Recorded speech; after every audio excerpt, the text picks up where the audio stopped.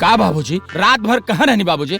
अरे हम लोग कितना परेशान। अरे हाँ बाबूजी, रात भर हमनी के ढूंढत फोन लगाओ थे, आपका फोन है ना लगा था। बाबूजी बोलत काहे नहीं खे? कहाँ रहला रात भर बाबूजी? से हमनी खाना नहीं खैले, इंतजार करत शाम से सुबह हो गल। कहाँ रहनी हरौरा? अरे बाबूजी हम तो रात भर सुतले ना रहनी, देखिए हमारा आँख कैसन हो गई बा। हाँ अरे बाबूजी हंसा तारा। बाबूजी बोलबा। अच्छा बैठा लोग बैठा। बैठी। जा। देख रहल बानी की हमरा खातिर तू लोग बड़ा चिंतित बड़ा। हाँ बाबूजी। अब बुझाता कि रात भर घर में बिजलियों ना हो। हाँ बाबूजी, एक दिन से जनरेटर खराब बा। ओ तो जनरेटरों खराब बा, घर में बिजलियों नहीं खे, तो तू लोग के मोबाइल भी चार्ज ना भइल होई। अरे का बात करते हैं बाबूजी? रात भर फोन कैली है, आपका फोन है ना लगल। का भैया? दादाजी ई लोग ना तोहरा के बिल्कुल फोन ना कैले रहले। हाँ? और त जनरेटर भी एकदम परफेक्ट बा। हमरा मालूम बा बेटी। ए बबुआ लो, बाल ऐसा ही सफेद ना भइल। जायदा छोड़ा, हमरा ख्याल रखे खातिर एगो लड़की मिल गई बिया। बाबूजी ये उम्र में? बात गोबर गणेश। अरे हम समर के दुल्हन के बात कर रहल बानी। बहुत सुशील समर के दुल्हन? देखी है, ई घर में कदम रखते हुए घर के स्वर्ग बना दी। इस साबित कर दी कि घर के बहु लक्ष्मी होली लक्ष्मी।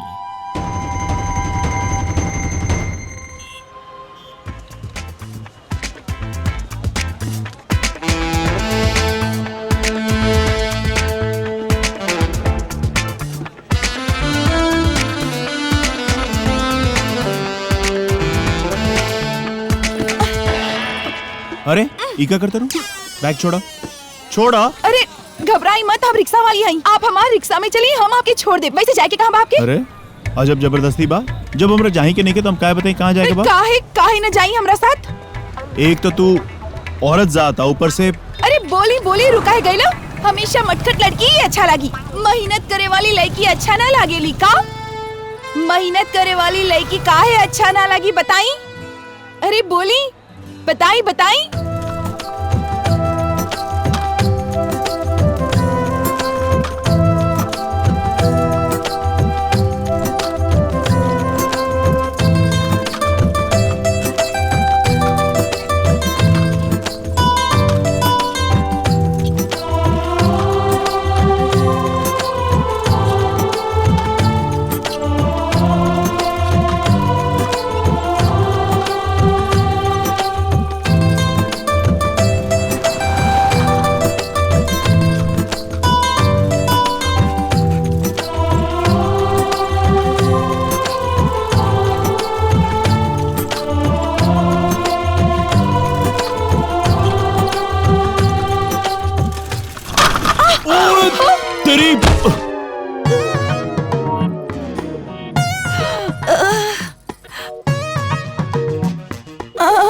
सॉरी सर, माफ कर दी।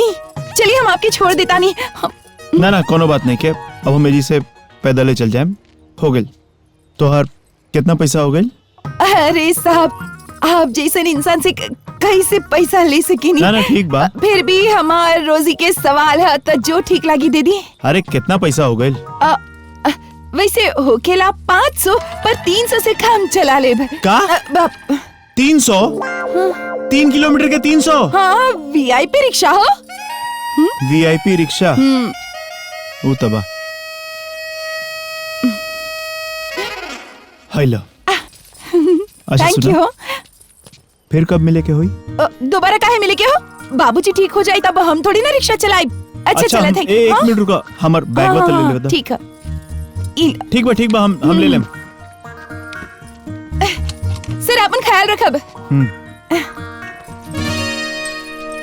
काश कि ऐसा नहीं किराया रोज बाबूजी के मिल जाए।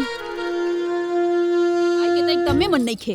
अरे हाँ जीजी, हमू सोचले रहनी कि समर भाई साहब की शादी हुई तो बहुत सारा दहेज मिले और इतना सारा पैसा मिले। देखी का हो गई। इतना बढ़िया हमार फुफेरी बहन रहल हा, पढ़ल लिखल लड़की, संस्कारी, इतना दान दहेज मिलित के मजा आ जाये। बाबूजी सब पे पानी फेर देले। अरे रंजना, सुधा।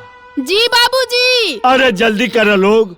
ये बाबूजी के आगे केकर चली, बस भगवान करे ना देवर जी वहाँ जाके शादी से मना कर दी। हे जीजी, फिर हमारा काम हो जाए। ज्यादा खिखियो मत, जाके अंदर देख देवर जी जगल बड़े की सूतल बड़े की अभी ले मुंह फुला के बैठल बड़े हैं। उनकरो शादी करे के मन निखे और हमनी के तो मने नहीं खे। अरे मना कर दे तो अच्छा हो जाए। चलिए हमार बात सुनी, देखी बबुआ जी लड़की के देखते एकदम मना कर दे। अरे मुंह देखते ही मना कर दे, 1 रुपए दहेज ना मिली, मना कर भाभी, दे, हमार बात- मना कर दे। सुन, जितना हम कहले बनी ना सब बात याद रखब। और हमार जो पड़ोसन है हम रवा खाते सेट कर दे। सुनी, हमार जौन फुफेरी बहन बिया। अरे 1 मिनट, एक बेर में एक आदमी बोलो लोग ना। अजीब है। नमस्ते। नमस्ते। वो का है ना हमार बउआ के इनके साथ अकेले में बात करे के बाद तो रवा लोग जाई। नमस्ते जाई। नमस्ते। देखी सुना हमार बात, ये शादी करे से ना मना कर दे। समझनी बबुआ जी, हमार फुफेरी बहन खूब पढ़ा लिखल और सुंदर लड़की बिया। बउआ रवा आ गई नहीं। रवा लोग अकेले में बात करी, हम जाता नहीं। चल याद रखब।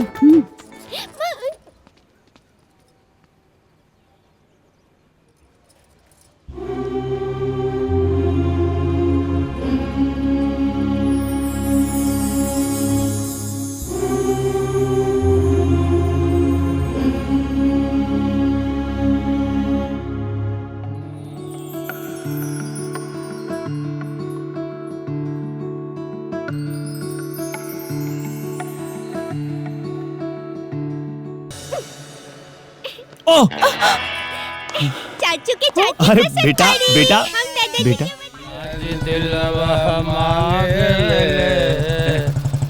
गमछा बिछाई के दिलवा मांगे। अरे आराम से। शाबाश। अरे थोड़ा और चढ़ा लेता लोग। जवाब काहे नहीं खा देत? मुंह में दही जाम गइल बा। ना बाबूजी। कितना हिसाब मिलल आज भट्ठा पर?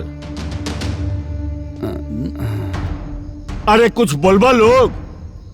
भैया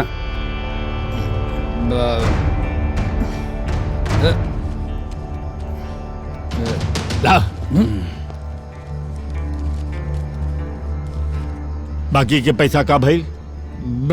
बाकी पैसा बाबूजी पे गए। सब पी गेले। जा जा भीतर जा, काल सवेरे बात करब। जा।